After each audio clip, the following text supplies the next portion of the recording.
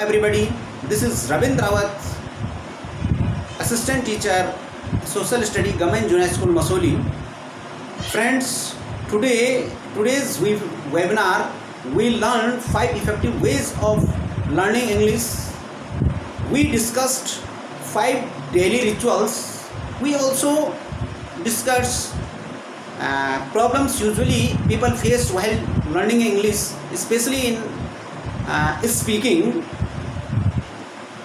Lots of children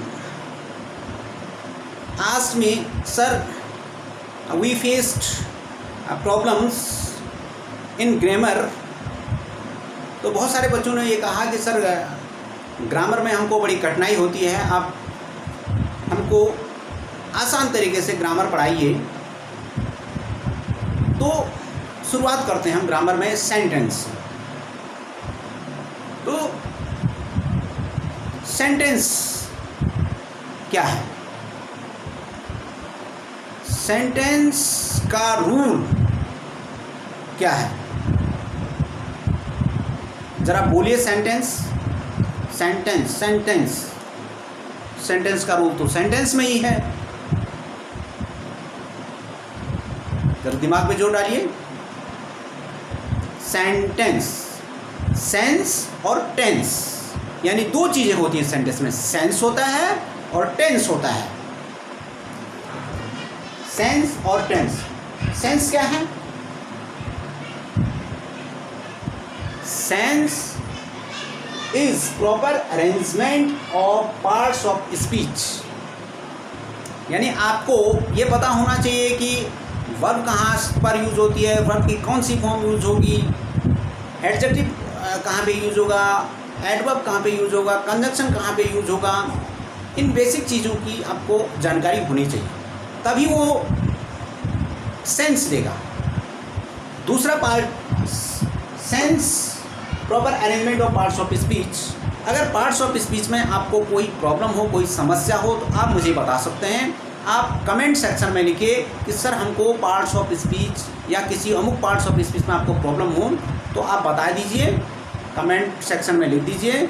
मैं parts of speech को भी पढ़ाने की कोशिश करूँगा। दूसरा है टेंस।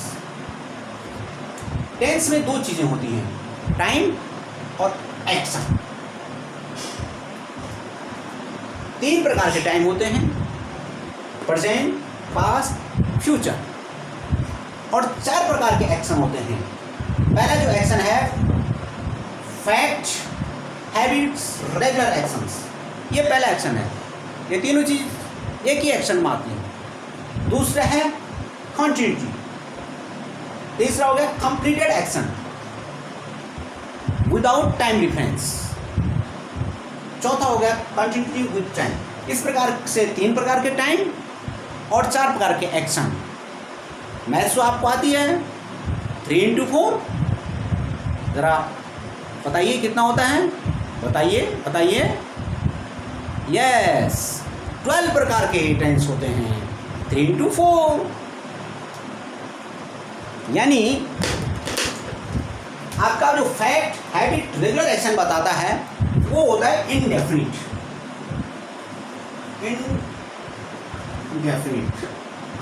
जो कॉन्टिन्यूटी बताता है वो कॉन्टिन्यूअस।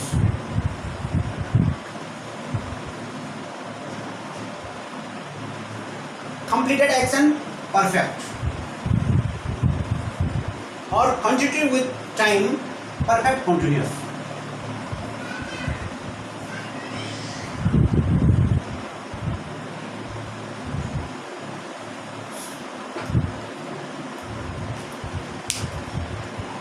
इस प्रकार से हमारे पास 12 टेंस आ जाते हैं। Present indefinite, present continuous, present perfect and present perfect continuous. इसी प्रकार से past indefinite, past continuous, past perfect continuous, past perfect और पास्ट परफेक्ट कॉन्टिन्यूअस। इसी प्रकार से future indefinite, future continuous, future perfect और फ्यूचर परफेक्ट कॉन्टिन्यूअस। यानी 3 time, 4 action, 12 tense. दोस्तों, क्या आप जानते हैं कि सेंटेंस का बेसिक स्ट्रक्चर क्या होता है? जी हाँ, सेंटेंस का बेसिक स्ट्रक्चर, और इन्हीं बेसिक स्ट्रक्चर के थ्रू हम बहुत सारी इंग्लिश बोल सकते हैं, लिख सकते हैं। सेंटेंस का जो basic lots of structures in every sentence, every languages, in English, in Sanskrit, in Hindi and other languages, lots of structures are there, but the basic structure in English is subject plus verb plus object. Object may be there or object may not be there, but the most of parts of speech is verb. It is compulsory. Verb जो है सबसे महत्वपूर्ण parts of speech है। इसके बिना कोई sentence पूरा नहीं हो सकता, बिल्कुल नहीं हो सकता। ऑब्जेक्ट के बिना हो सकता है, सब्जेक्ट के बिना हो सकता है। कैसे हो सकता है ये बताऊंगा, लेकिन वर्ब के बिना नहीं हो सकता है। धीरे धीरे हमको पता लगेगा, धीरे धीरे हम पढ़ेंगे कि केवल वर्ब से सेंटेंस कैसे बनते हैं।